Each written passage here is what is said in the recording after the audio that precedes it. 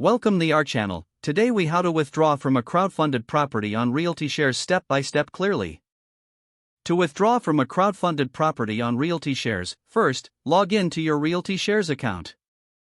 Navigate to your dashboard. Find the investment you wish to withdraw from. Click on the investment to open the detailed view. Review the property's performance and any relevant updates.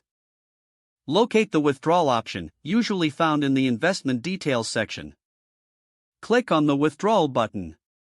A prompt will appear asking for confirmation. Confirm your choice to proceed with the withdrawal.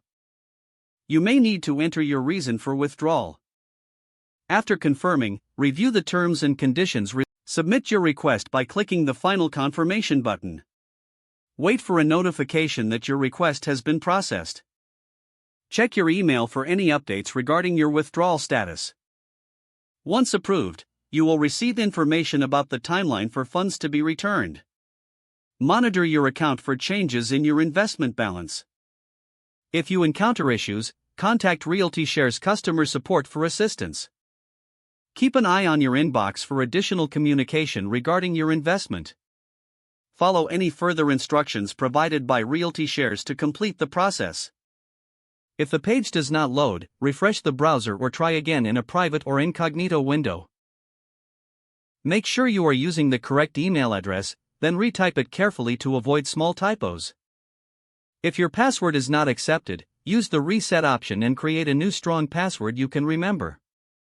Check your spam folder for verification or security emails, then complete any requested confirmation steps. Enable two-factor authentication if available to improve account security and reduce unauthorized access risk. After signing in, review your profile details so your contact information and settings are accurate and current. If you see an error message, note it down and try again after restarting your device and internet connection. Log out when you finish, especially on shared devices, to keep your account and payment information secure.